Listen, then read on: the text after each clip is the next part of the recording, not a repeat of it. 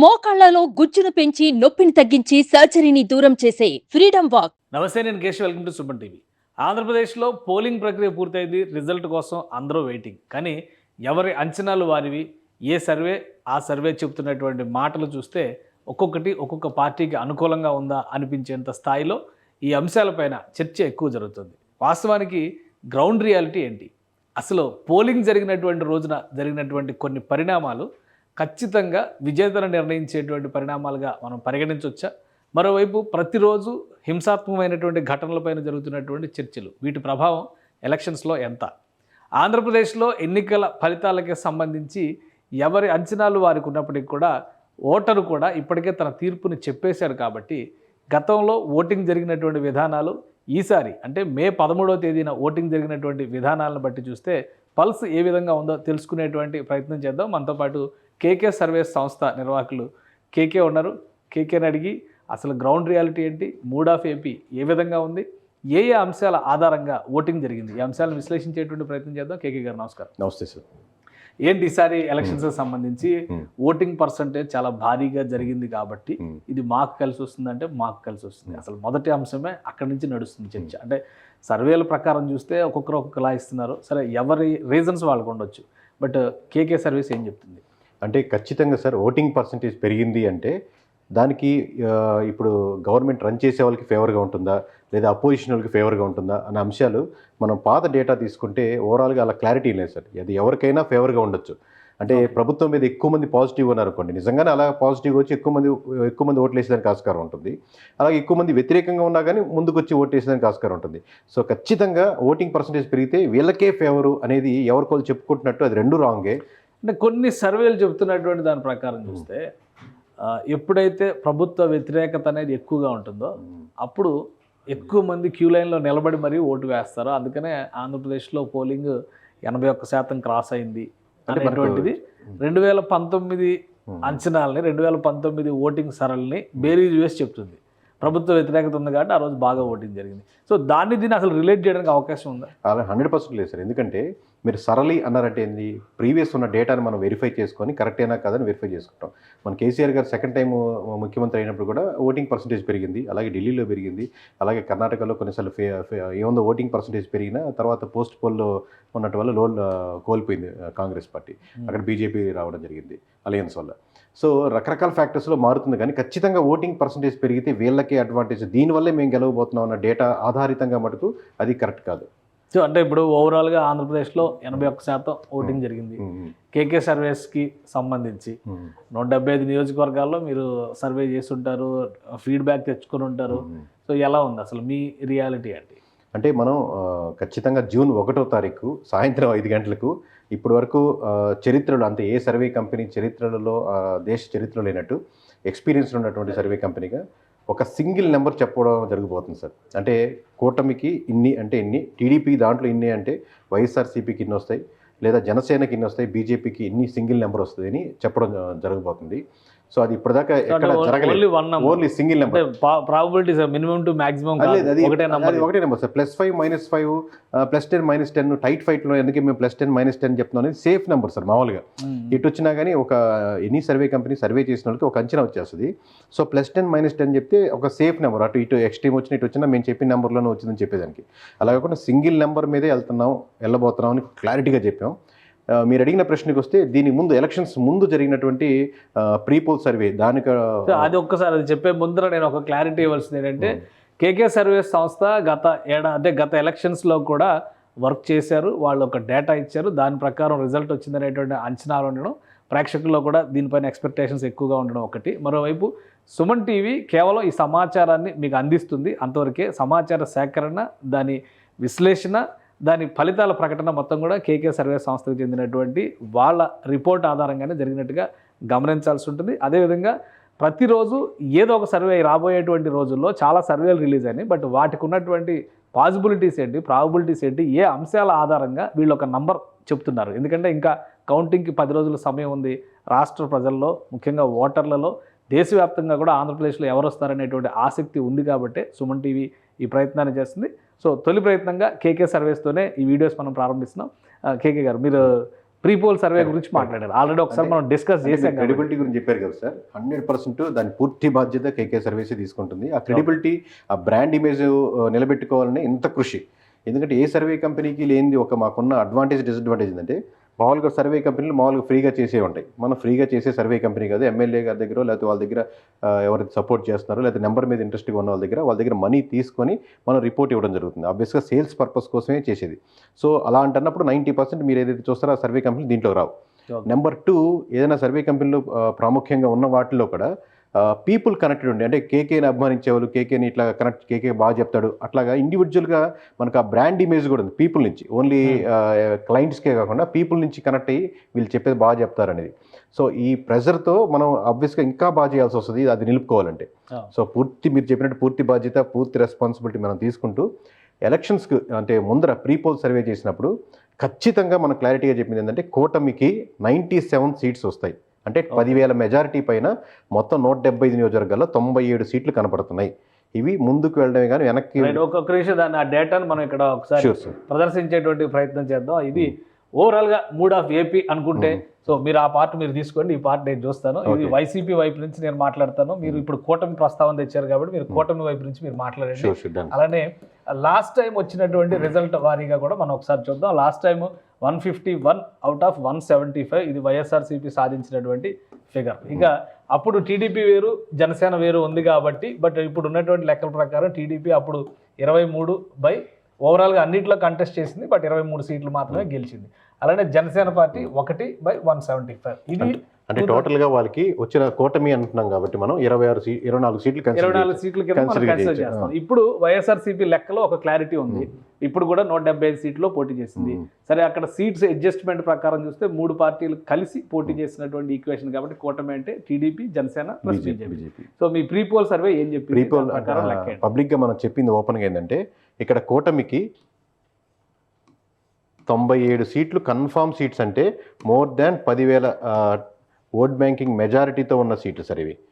కూటమికి 97 క్లారిటీగా కనబడుతుంది. 97 లెక్క టీడీపీ ప్లస్ అంతే కూటమికి మొత్తం Janasena BJP plus Janasena. So ఈ మూడు కలిపి ప్రీపోల్ సర్వేలో వీటి 10,000 పైన మెజారిటీ ఉంటుందని చెప్పి మనం ఓపెన్గా మనం చాలా ఛానల్స్తో చెప్తున్నట్టు ఇండివిజువల్ నియోజకవర్గాల పేర్లు చెప్పి ఇవి అని చెప్పాము. ఓవరాల్గా ఈ 97 సీట్లలో మటుకు క్లారిటీగా ఖచ్చితంగా మనం ఒక్కసారి స్టెప్ తీసుకున్నాక వెనక్కిపోయేది లేదు. ఈ 97 ఖచ్చితంగా కలుస్తాయి. మీరు ఇప్పటికీ దానికే కట్టుబడి ఉన్నారు. ఎందుకంటే మీరు ఆల్రెడీ ఆ రిపోర్ట్ చెప్పి ఒక 1 మంత్ పైన 2 నెలలు అవుతున్నట్టు దగ్గర 2 నెలలు దగ్గర అవుతుంది. ప్లస్ మధ్యలో చాలా చేంజెస్ జరిగినాయి. గవర్నమెంట్ తీసుకున్నటువంటి డెసిషన్స్ కావచ్చు, మేనిఫెస్టోలు కావచ్చు, అభ్యర్థుల మార్పులు కావచ్చు. సో ఇవన్నీ డీవియేషన్స్ ఉన్నా కానీ 97 సీట్లలో మాత్రం ఎటువంటి మార్పులు ఉండవు. అది కన్సిడర్ చేసే చెప్తాం కదా సార్. ఒకటి చెప్పామంటే అయ్యో ఇది మారిపోయింది, మేనిఫెస్టో వచ్చి మారిపోయింది, డబ్బులు ప్రభావం జరిగింది, వీళ్ళు 3,000 పెంచారు, వీళ్ళు 5,000 పెంచారు, ఇక్కడ తేడా వచ్చేసింది, లేకపోతే ఒక సెక్షన్ ఆఫ్ పీపుల్ తేడా వచ్చింది అనేది ఉండదు సార్. ఒక కన్ఫామ్ సీట్స్ 10,000 పైన మెజారిటీ, అంటే వీటిలో ఎటువంటి మార్పులు ఉండవన్న సీట్లే 97. అంటే తల కిందలు తపస్సు చేసిన ఈ 97 మారవు అనేది. అలాగే వైఎస్ఆర్సీపీకి 23 సీట్లు చెప్పాం సార్. ఓకే, సో మీరు వేసినటువంటి నంబర్ కన్ఫర్మ్ సీట్ అంటే 10,000 పైన మెజారిటీ వైఎస్ఆర్సీపీకి 10,000 పైన మెజారిటీ చెప్పాం. ఓకే, వైసీపీకి కన్ఫర్మ్ సీట్స్ 23 సీట్లు చెప్పాం. అలాగే మీకు ఒక 55 సీట్లు మటుకు, అంటే టోటల్ 5 టేస్తున్నాను, ఎవరికైనా రావచ్చు అని అండర్స్టాండింగ్ కోసం. ఒక 55 మటుకు టఫ్ ఫైట్లుగా ఉన్నాయి. అది ఈ రోజు ఈ క్షణం చెప్పలేము, చాలా పోటాపోటీగా ఉంది. 5,000 అటు ఇటుగా ఉన్న మెజారిటీతో ఉన్నాయి. అంటే ఫ్లో ఎటు మళ్ళీతే అటు మళ్ళొచ్చు. పోల్ మేనేజ్మెంట్ అంటే చాలా మంది మనీ డిస్ట్రిబ్యూషన్ అనే కన్ఫ్యూజన్లో ఉంటారు సార్. అది లాస్ట్ సెక్షన్ పోల్ మేనేజ్మెంట్ అంటే. సో ఇవన్నీ కలిపి ఓవరాల్గా అది ప్రభావం చూపించడానికి 55 సీట్లు ఉన్నాయి అని చెప్పాం క్లారిటీగా. కానీ ఒకటి నా పాయింట్ ఏంటంటే, వైఎస్ఆర్సీపీ చాలా స్పష్టంగా కొన్ని అంశాలను ప్రస్తావిస్తుంది. మళ్ళీ 155+ అనేటువంటి ప్రస్తావన జగన్మోహన్ రెడ్డి గారు తీసుకొచ్చారు. వాళ్ళకు ఉన్నటువంటి కాన్ఫిడెన్స్ని ఒకసారి మనం విశ్లేషిద్దాం. వెల్ఫేర్ స్కీమ్స్ అన్నిటికంటే దేశంలోనే బెస్ట్ అనేటువంటి ఒక అభిప్రాయంతో వైఎస్ఆర్సీపీ నాయకత్వం ఉంది. దానికి తగ్గట్టుగా బెనిఫిషియరీస్ కూడా చాలా చోట్ల టెస్టిమోనియల్స్ ఇచ్చారు. మేము వాళ్ళ లబ్ధి పొందుతున్నాం అనేటువంటి మాట చెప్తున్నారు. అంతకంటే పెద్ద సర్టిఫికేట్ ఏంటంటే కూటమి ఇచ్చింది ఆ సర్టిఫికేట్. కరెక్ట్. ఆ వెల్ఫేర్ మేము కంటిన్యూ చేస్తాము, ప్లస్ మేము డెవలప్మెంట్ కూడా చేస్తాము, వెల్ఫేర్ ఆపేస్తాం. సో అక్కడ వైసీపీ గత 5 ఏళ్లలో చేసినటువంటి ఏదైతే ప్లస్ పాయింట్ వెల్ఫేర్ అనేటువంటి ఈక్వేషన్ చూస్తున్నామో అది వాళ్ళకి ప్లస్ అవదా? 100% అవుతుంది సార్. వెల్ఫేర్ స్కీమ్స్ 100% ప్లస్ అవుద్ది, దాంట్లో ఎటువంటి డౌట్ లేదు. At the same time core TDP vote banking అంటే కోర్ వైఎస్ఆర్సీపీ ఓట్ బ్యాంకింగ్ ఎక్కువ. కోర్ టీడీపీ అంటే ఇప్పుడు ప్రధానంగా వైఎస్ఆర్సీపీ వద్దనుకునే ఓట్ బ్యాంకింగ్ టీడీపీ కన్వర్ట్ అయిందాక అది వేరే విషయం, న్యూట్రల్స్. అలా కాకుండా మేము ఎప్పటికీ వైఎస్ఆర్సీపీతోనే ఉంటాం, ఎప్పటికీ టీడీపీతో ఉంటాం ఓట్ బ్యాంకింగ్ కంపేర్ చేస్తే వైఎస్ఆర్సీపీ ఓట్ బ్యాంకింగ్ ఎక్కువ. ఖచ్చితంగా ఒక వెల్ఫేర్ స్కీమ్స్ పథకాలు కానీ ఆబ్వియస్గా బెనిఫిట్ పొందే. బట్ న్యూట్రల్గా ఉండే ఆడియన్స్ ఎటు మల్లుతారు అన్న దాని మీద ఓట్ బ్యాంకింగ్ మారిపోతుంటుంది. కానీ ఆ వెల్ఫేర్ స్కీమ్స్ మీదే ఆధారపడి ఓట్ బ్యాంకింగ్ ఉంటే మటుకు అది ముందుకు తీసుకెళ్తుంది సార్. ఇక్కడ మీరు చెప్పే రీజన్ ఏంటి? కూటమికి అనుకూలంగా ఇప్పుడు ఆర్గ్యుమెంట్ కోసం అధికార పార్టీని దించాలి అనేటువంటి చర్చను పక్కన పెట్టేస్తే వెల్ఫేర్ ని కూటమే యాక్సెప్ట్ చేస్తుంది. వెల్ఫేర్ చేశారు, వాలంటీర్లు కూడా మేము కంటిన్యూ చేస్తామంటున్నారు, జీతాలు పెంచి మరి. ప్లస్ గవర్నమెంట్ ఇచ్చినటువంటి స్కీమ్స్ లో ఒక 1000 నుంచి 2000, 3000 అట్లా ఇంక్రిమెంట్ ఇస్తూ మళ్ళీ అవి కంటిన్యూ చేస్తామంటున్నారు, డెవలప్మెంట్ చేస్తామంటారు. అది కాకుండా వీళ్ళకి అంటే కూటమిలో ఉన్నటువంటి పార్టీలకి అత్యంత బలమైనటువంటి అంశం ఇది. వైఎస్ఆర్సీపీ నుంచి డీవియేట్ కావాలి అంటే, ఈ కూటమిలో ఉన్న వాళ్ళకి ఓటు వేయాలంటే ఓటర్ని కానీ న్యూట్రల్స్ని కానీ అట్రాక్ట్ చేసే అంశం ఏంటి? అట్రాక్ట్ చేసే అంశం అంటే వైఎస్ఆర్సీపీ నుంచి తీసుకునేదానికి టీడీపీ చాలా తక్కువ చేసింది సార్. వైఎస్ఆర్సీపీ ఎక్కువ ఇచ్చిందని చెప్పొచ్చు. అంటే మీరు ఒకే అంశం అని చెప్పలేము. టోటల్గా కన్సాలిడేట్గా ఒక 6-7 అంశాలు 8 అంశాలు ఉంటాయి. ప్రధానంగా 1 by 1 చెప్పుకుంటా ఉంటే ఒక రోడ్ల అంశం, ఒక 1% ఓట్ బ్యాంకింగ్, ఇదిగో టీడీపీ మౌలిక వసతులు అనేటువంటి బేసిక్ థింగ్స్, మీరు మున్సిపాలిటీ కానీ రోడ్లు కానీ క్లీన్లీనెస్ కానీ ఇదిగో టీడీపీ మీరు తీసుకోండి, వైసీపీ 1% ఇచ్చింది. అలాగే లిక్కర్ సంబంధించినటువంటి బ్రాండింగ్ దొరకపోవడం కానీ, లేదా ప్యూర్ మంచి క్వాలిటీ దొరకపోవడం కానీ, ఏదైతే రెగ్యులర్గా డ్రింక్ చేసే వాళ్ళు ఉన్నారో అది కనపడకుండా ఈయన ఓట్ బ్యాంకింగ్, రోడ్లు మీకు తెలియకుండానే లిక్కర్ సంబంధించిన ఓట్ బ్యాంకింగ్ తెలియకుండానే ఇదిగో 1% ఇచ్చింది. అలాగే మీకు గవర్నమెంట్ ఎంప్లాయీస్ మేమంతా మీకు అగెనెస్ట్గా ఉన్నామని చెప్పి వీళ్ళు ఒక 1% ఇచ్చారు. అలాగే మీకు ప్రధానంగా ఇలా ఎన్ని చెప్పుకుంటా పోయినా ప్రధానంగా ఒక సమస్య సార్, ఎక్కువ మంది ఎక్కడ డిస్కస్ చేయని సమస్య ఏంటంటే ఎమోషనల్ కనెక్షన్ అనేది ఒకటి మిస్ అయ్యేది సార్. ఒకళ్ళు నిజంగా నేను చెప్పబోయే 6 పాయింట్లు మిస్ అయినా ఒకటి కానీ కన్వర్ట్ చేసుకోనంటే బాగా ఉండేది. ఎమోషనల్ కనెక్షన్ అంటే గడిచిన 4 సంవత్సరాల్లో లోకల్గా ఉన్నటువంటి నియోజకవర్గాలు తిరగడం, ఎమ్మెల్యేస్తో కనెక్ట్ అవ్వడం, ఒక నెల్లూరులోనో లేకపోతే ఒంగోలులోనో రాయలసీమలోనో గోదావరి జిల్లాలో 1 వీక్ స్టే చేయడం. మీరు ఇప్పుడు మీతో పాటు అనుకోండి, మీరు ఎమ్మెల్యే గారు, మీతో పాటు మీ ఊరి నుంచి వచ్చినప్పుడు ఒక 10-20 పీపుల్తో మీరు వచ్చి మాతో పాటు సీఎంతో భోజనం చేసాక లేదా టిఫిన్ చేసినా, టైం స్పెండ్ చేసినా మళ్ళీ మీకు బ్యాక్ వెళ్ళి విగ్రస్గా పనిచేస్తారు. ఎమోషనల్ కనెక్ట్ అయ్యారన్నమాట మీరు. సో మీ వెనకాల ఉండేటువంటి 1000 ఓట్ బ్యాంకింగ్ 2000 ఓట్ బ్యాంకింగ్ బలంగా పనిచేసి మన అన్న వచ్చి జగన్ కలిసి వచ్చారంట అని ఆ 4.5 సంవత్సరాలుగా ఆ ఎమోషనల్ కనెక్షన్ ఏదైతే పీపుల్తో వైఎస్ఆర్సీపీకి జగన్మోహన్ రెడ్డికి బలం అయిందంటే ఎమోషనల్ కనెక్షన్ ఇది. అంటే ఆ ట్రావెల్ అది 100% వీక్ అనుకున్నాను చాలా డ్రాస్టికల్గా. అదే మీరు రాజశేఖర రెడ్డి గారు చూస్తే గెలిచాక కూడా చాలా ఎమోషనల్ కనెక్షన్తో జగన్మోహన్ రెడ్డి గారి పాయింట్ ఆఫ్ వ్యూలో చూసినప్పుడు ఆ విషయానికి కూడా ఒక ఆన్సర్ ఉంది. ఎందుకంటే ఆయన ఒక సోషల్ ఇంజనీరింగ్ చేస్తున్నారు, చాలా బిజీలో ఉంటున్నారు. పైగా ఈసారి ఎలక్షన్స్లో నన్ను చూసి ఓటేయండి అని చెప్పారు. పార్టీని చూసి జగన్ చూసి ఓటేయండి, అభ్యర్థి ఎవరనేది మీకు అనవసరం, బాధ్యత నాది అనేటువంటి సందేశం. ఇది పని చేయలేదా? అది ఒక్కటే పని చేశారు. మీరు మంచి భర్త అని ప్రూవ్ చేసుకోవాలంటే నేను మీకు ఆ ఇంటికి అన్నీ ఇస్తున్నాను, సరుకులు ఇస్తున్నాను, సామాన్లు ఇస్తాను, నీకు ఏం కావాలంటే గూగుల్ పే చేస్తున్నాను, అది ఒక్కటే మీ భార్య ఎక్స్పెక్ట్ చేయదు కదా సార్. మీ నుంచి ప్రేమగా మాట్లాడడం లేదా ఏమైనా ఉంటే సర్ది చెప్పడం, మాటల్లో ఎన్ని ప్రేమను ఎక్స్పెక్ట్ చేస్తున్నట్టే నాయకులు కూడా, లీడర్స్ కూడా నేను కలిసినప్పుడు వెళ్ళినప్పుడు మాట్లాడలేదు, టైం కుదరలేదు అని చెప్పి ఇక్కడ కిందకు వచ్చి లోకల్గా ఉంటారు. లోకల్ లీడర్లు కూడా అదే క్యారీ చేస్తూ ఉంటారు. ఆ ఎమోషనల్ కనెక్షన్ ఒకటి మిస్ అయినప్పుడు మీరు వెల్ఫేర్ ఒకటే లేపలేదు. ఎమోషనల్ కనెక్షన్ ఉండాలి, అలాగే వెల్ఫేర్ ఉండాలి, అలాగే వేరే డెవలప్మెంట్ ఉండాలి. ఓన్లీ వెల్ఫేర్తోనే మొత్తం ఓట్ బ్యాంకింగ్ రన్ చేయాలంటే అది కష్టమైపోతుంది. దాన్ని యాడెడ్ అడ్వాంటేజ్గా లాక్కోగలిగింది. రైట్. అంటే ఓవరాల్గా ఓటింగ్ జరిగినటువంటి 81.63%, 82% అనుకుందాం, 82% ఓటింగ్ జరిగిన దానిలో ఈ ప్రభావంతో పనిచేసేటువంటి ఫ్యాక్టర్స్ కానీ పర్సంటేజ్ కానీ ఎంత ఉండొచ్చు? వెల్ఫేర్ స్కీమ్స్ ఓవరాల్గా ఈ వెల్ఫేర్ స్కీమ్స్ లేదా జగన్మోహన్ రెడ్డి గారు ప్రజలకి దూరం అయ్యారు అనేటువంటి ఆలోచన విధానం నుంచి డైవర్ట్ అయ్యేటువంటి ఓట్ షేర్ ఎంత ఉండదు? అంటే లాస్ట్ టైం వాళ్ళిద్దరి మధ్య డిఫరెన్స్ 8% సార్. 8%తో వాళ్ళకి 151 సీట్స్ వచ్చేసి వీళ్ళకి 23 సీట్స్ వచ్చాయి. ఇప్పుడు మీరు ఏ మాత్రం ఒక దాంట్లో నుంచి ఒక 4% అంటే 100కి 4 మీరు లాక్కోగలిగినా కానీ ఈ ఇద్దరు ఈక్వల్ అయిపోతారు కదా. దాని మీద వచ్చే each and every 1% they will lose 10 seats, 20 seats, 30 seats దాకా లూజ్ అయిపోతారు. అంటే 151 సీట్లలో మీరు గెలుచుకున్నప్పుడు కేవలం 23 సీట్లు మాత్రమే కాన్ఫిడెంట్గా చెప్పగలుగుతున్నారు కేకే అంటే ఎక్కడో సంథింగ్ డ్రాస్టికల్గా మీరు డిఫరెన్షియేట్ జరిగింది. అది ఈ సో అంటే సెక్షన్స్ ఇప్పుడు అన్ని మీ లెక్క ప్రకారం చూస్తే కూడా ఈ 55 పరిస్థితి ఏంటి, మళ్ళీ ఇందులో కూడా ఎక్కువ షేర్ ఇటు వస్తుందా అటు వస్తుందా ఆ లెక్క ఏమన్నా ఉందా? అబ్వియస్గా కీన్గా అబ్జర్వ్ చేస్తున్నాను సార్ 1/1. ఈ రోజుకి మాకు డేటా రెడీగా ఉంది. 55 నియోజకవర్గాలు చెప్పగలను. బట్ జూన్ 1 సాయంత్రం 5 దాకా వెయిట్ చేద్దామని. సో అది ఇంకేమైనా ఫిల్టర్స్ చేస్తే ఎగ్జిట్ అయిపోయినాయి. బట్ మేము ఎగ్జిట్ ప్రీపోల్ ముందు చెప్పినటువంటి స్టాండ్ మీద స్టిక్ ఆన్ అయినాం, అదే నెంబర్ మీద స్టిక్ ఆన్ అయినాం. కేవలం 55 నియోజకవర్గాలు ఎలా వస్తున్నాయని మాత్రం వెరిఫై చేస్తున్నాం. కానీ ఈ 23 నెంబర్లు కానీ ఈ 97 నెంబర్ల మీద మాకు ఎటువంటి డౌట్ లేదు సార్. ఓకే, ఇంకొకటి ఓటింగ్ జరిగేటువంటి సందర్భంలో మీరు ఇది ఓటింగ్కి 2 నెలల దగ్గర ఒక 2 నెలల ముందర డిసైడ్ అయినటువంటి ఫ్యాక్టర్ 2 నెలలు మొదలుపెట్టి ఎలక్షన్స్ ముందు వరకు సార్. ఎలక్షన్స్ ముందర వరకు జరిగిన పరిణామాలు అను, కానీ ఎలక్షన్ డే రోజు కూడా చాలా పరిణామాలు. సో వాటి ప్రభావం ఎలక్షన్ మీద ఎలా ఉంటుంది? ఇప్పుడు కూడా ఇంకా మనం చర్చిస్తూనే ఉన్నాం. మాచర్ల ఇన్సిడెంట్ కానీ, అన్నమయ్య జిల్లాలో జరిగిన ఇన్సిడెంట్, అనంతపురం జిల్లాలో జరిగిన ఇన్సిడెంట్స్ కానీ, చిత్తూరు జిల్లాలో జరిగిన ఇన్సిడెంట్స్ కానీ, ఇవన్నీ మనం ఇంకా డిస్కస్ చేస్తూనే ఉన్నాం. అన్నిటికీ మించి మంగళగిరిలో పడినటువంటి చెంపదెబ్బ, తెనాలిలో పడినటువంటి చెంపదెబ్బ, అక్కడ నుంచి కొంత ఎఫెక్ట్ ఉంటుంది అని కొంతమంది, అసలు ప్రభావమే ఉండదని కొంతమంది. సో ఓటింగ్ రోజు జరిగినటువంటి పరిణామాలు ఓటర్ పైన ప్రభావం చూపిస్తాయా? 100% చూపిస్తాయి సార్. కాకపోతే దాని శాతం, దాని యొక్క రేంజ్ ఎంతవరకు అనేది. ఇప్పుడు ఇష్యూస్ జరిగినాయి మీ మంగళగిరిలో, అది ఈ సెక్షన్ నుంచి వచ్చారా, ఈ సెక్షన్ నుంచి వచ్చారా సార్? ఓకే, ఏ సెక్షన్ నుంచి వచ్చారు అన్నది. ఇప్పుడు ఆల్రెడీ ఈ పక్క నుంచి ఓట్లు ఇట్లా ట్రాన్స్ఫర్ అవుతూ ఉన్నాయి అనుకోండి, ఆల్రెడీ ఇష్యూ జరిగితే ఇంకా ఇటుపక్క ఎందుకు మారుద్ది సార్? ఆబ్వియస్గా కానీ తెనాల్లో జరిగింది. అది ఒక ఇన్సిడెంట్, ఒక ఎమ్మెల్యే చేంజ్ చేసుకున్నారు అనేది, దానికి వెంటనే రివోల్ట్ అయ్యారు, కొట్టారు, అయిపోయింది. సో తర్వాత చాలా చోట్ల రిగ్గింగ్ జరిగింది, బూత్ క్యాప్చరింగ్ జరిగింది, అలానే ఈవీఎంలు ధ్వంసం చేశారు.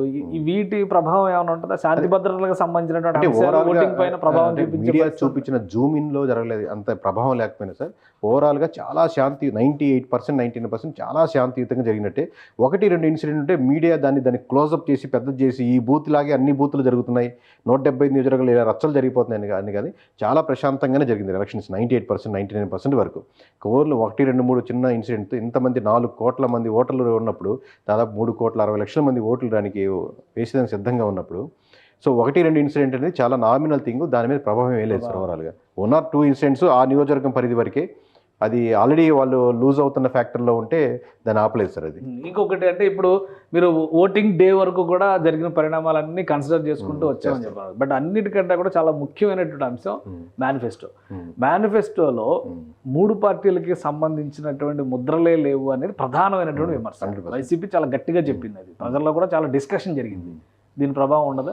ఇప్పుడు అంటే మేనిఫెస్టో ప్రభావం ఉంటుంది సార్. మేనిఫెస్టో బాగుండి మేనిఫెస్టోకి నేను కనెక్ట్ అయితే ఎక్కువ ఉంటుంది.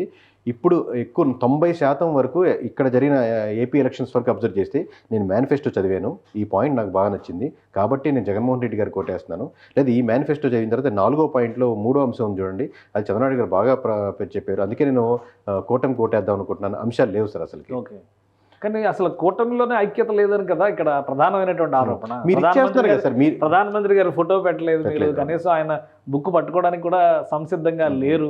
సో వీటి ప్రభావం అనేది ఓటర్ పైన, ఓటర్ మైండ్ సెట్ పైన చూపించే అవకాశం లేదు. అసలు మీరు ఎక్కువ మీ నుంచి ఓట్ బ్యాంకింగ్ ట్రాన్స్ఫర్ అవుతూ ఉంటే, ఫ్లో ఎక్కువ ఉంది అనుకోండి, మీరు దాన్ని స్టాప్ చేసి చిన్న లేయర్ లాపలేదు కదా సార్. అది మీ నుంచి ఎక్కువ వస్తుంది. ఇదంతా చంద్రబాబు నాయుడు గారిని గెలిపించాలని, కూటమి గెలిపించాలని, లేదా కాంబినేషన్ గెలిపించాలని కంటే కూడా అటు నుంచి ఇక్కడ ట్రాన్స్ఫర్ అయిన ఒకటి కదా సార్. 151 సీట్లు అన్నప్పుడు మీరు అపోజిషన్ పార్టీ లేకుండా చేసే అవకాశం, స్కోపు మీకునింది. సో మీరు ఇచ్చేస్తున్నప్పుడు వాళ్ళు ఎంత మాత్రం తగ్గించుకున్న సీట్లు వస్తున్నాయి, ఇంకా వద్దనుకున్నా కానీ. అంటే మీకు కొంతమంది పార్లమెంట్లో సీట్లు పెట్టినప్పుడు ఆ క్యాండిడేట్ కూడా తెలియదు, ఎంపీ క్యాండిడేట్లు, అట్లాంటి వాళ్ళు కూడా ఇప్పుడు మెజారిటీ మీద లెక్కేసుకుంటారు, 1,00,000 వస్తుంది, 1,50,000 వస్తుంది అనేది. రైట్. అంటే ఇంకొకటి కేంద్ర ప్రభుత్వం నుంచి, అంటే కేంద్రం నుంచి జాతీయ స్థాయి నాయకులు, ముఖ్యంగా జాతీయ పార్టీ బీజేపీ ఇన్వాల్వ్ అయిన తర్వాత ప్రధానమంత్రి సభలు జరిగినాయి, అమిత్ షా సభ జరిగింది. ఈ సభల వలన మైనారిటీల్లో, ఎస్సీ ఎస్టీల్లో ఒక అభద్రతా భావం నెలకొని ఉంది. దాని వలన కూటమికి వ్యతిరేకత ఉంది. ఈ చర్చ అయితే జరిగింది. వైసీపీ వాళ్ళు చెప్పారా లేదా ఏ పార్టీ అయినా అనుకోవచ్చు. బట్ ఏంటంటే డిస్కషన్, ఇప్పుడు నేను రైజ్ చేసే పాయింట్స్ కూడా ఏదో నా point of view, but public లో ఉన్నటువంటి డిస్కషన్ కి మనం క్లారిటీ ఇవ్వాలి కాబట్టి. సో ఈ డిస్కషన్ జరిగింది కాబట్టి ఓటు ఈ మీరు చెప్పినట్టుగా ఇటు నుంచి అటు కన్వర్ట్ అవుతుంది, ఇటు నుంచి అటు డైవర్ట్ అవుతుంది, ఫ్లో ఆన్ అవుతుందని చెప్పారు. సో అది స్టాప్ అవడానికి అవకాశం లేదు. అమిత్ షా గారు స్పష్టంగా చెప్పారు కదా, ముస్లిం రిజర్వేషన్స్ అనేటువంటి అంశం పైన ఏపీలో ఒక హార్డ్ డిస్కషన్ జరిగింది. దీని ప్రభావం లేదా? 100% సార్. బీజేపీ కలవడం వల్ల చాలా ఖచ్చితంగా మైనారిటీలో ఉన్నటువంటి ఎఫెక్ట్ ఉంది. Obviously but at the same time most of the vote banking మామూలు ఇన్ జనరల్ కూడా వైఎస్ఆర్సీపీ ఓట్ బ్యాంకింగ్ అది.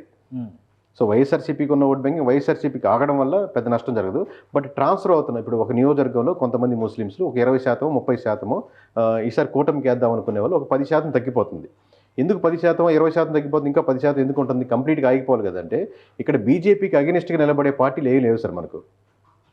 జాతీయ స్థాయిలో ఆబ్వియస్గా ఫ్రంట్ కలుస్తారా బ్యాక్ కలుస్తారనే తేడా, కానీ ఆబ్వియస్గా వైఎస్ఆర్సీపీ అయినా బీజేపీ ఈ డోర్ నుంచైనా ఆ డోర్ నుంచైనా రెండు వైఎస్ఆర్సీపీ అయినా కూటమైనా టీడీపీ అయినా జనసేన అయినా మొత్తం బీజేపీతో ఒక ట్రావెల్ అవే. కానీ నేను ఖచ్చితంగా బీజేపీని అపోజ్ చేస్తున్నాను, బీజేపీ సిద్ధాంతాలు నాకు నచ్చవు అనే పార్టీ లేవు. ఒక కాంగ్రెస్ పక్కన పెడితే ఆంధ్రప్రదేశ్లో అటువంటి లేవని అంత అమాయకులు కాదు, జనాలు చూసి అబ్జర్వ్ చేస్తున్నారు. సో అంతవరకు ఆ 20% ఆగుతుంది.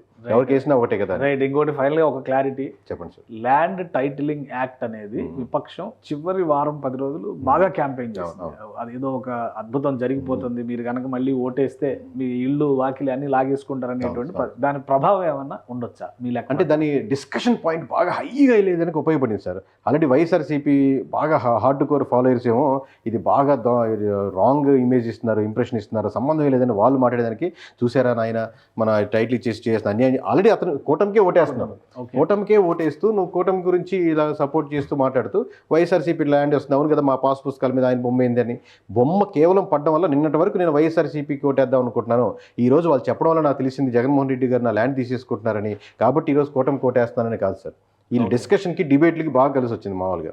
Right right. థ్యాంక్ యూ కేకే, మీ అభిప్రాయం తెలియజేసినందుకు. ఇది ప్రీపోల్ సర్వే సమయంలో కేకే సర్వేస్ ఏ ఫ్యాక్టర్స్ని అయితే పరిగణలోకి తీసుకుని కొన్ని నంబర్లకి ఫిక్స్ అయిందో, అంటే వాళ్ళకి వచ్చినటువంటి ఫీడ్బ్యాక్ ఆధారంగా అదే నంబర్లకి ఇప్పటికీ ఫిక్స్ అయి ఉన్నామని చెప్తున్నారు. యాక్యురేట్ డీటెయిల్స్ కావాలంటే జూన్ 1వ తేదీన ఒకటే నంబర్, సింగిల్ నంబర్తోనే ఎవరు గెలవబోతున్నారు అనేటువంటి డేటాను రిలీజ్ చేస్తా ఉన్నాం. ఎందుకంటే ఎన్నికల కమిషన్ పెట్టినటువంటి నిబంధన ప్రకారం జూన్ 1 తర్వాత ఎగ్జిట్ పోల్ సర్వేస్ కానీ ఇతర సర్వేలు కానీ రిలీజ్ చేయడానికి అవకాశం ఉంటుంది, కాబట్టి అప్పుడు చెప్తారన్నారు. ఇక ఓవరాల్గా వచ్చినటువంటి కాంబినేషన్స్లో కేకే సర్వేస్ నిర్వహించినటువంటి ఫీడ్బ్యాక్ ఆధారంగా ఇస్తున్నటువంటి డేటా ఇది. ప్రజలకి సమాచారం కోసం, ప్రస్తుతం రాజకీయంగా జరుగుతున్నటువంటి చర్చలకి ఒక ప్రాతిపదిక కోసం సుమన్ టీవీ అందిస్తుంది.